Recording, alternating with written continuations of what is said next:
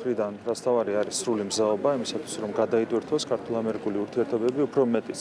ჩვენ თავაზობთ ამერიკულ მხარეს, რომ კონკრეტული გზამკვლევით აღდგეს სუფთა ფურცლიდან სტრატეგიული პარტნიორობა საქართველოსა და ამერიკის შეერთებულ შტატებს შორის. თუ იქნება ამერიკის მხრიდან ანალოგური ინტერესი, რა თქმა უნდა, ურთიერთობები გადაიდვირთება, ჩვენ დავალოდებით, რა თქმა უნდა, პრეზიდენტის ადმინისტრაციის პოზიციას. იმაზე, რომ უკრაინაში ომის თავიდან აცილება შეიძლებოდა, ჩვენ საუბრობთ უკვე ძალიან დიდი ხანია. თუმცა სამწუხაროდ მოხდა ის, რაც მოხდა და ამან მოუტანა დამანგრეველი შედეგები ჩვენს მეგობარ ქვეყანას უკრაინას.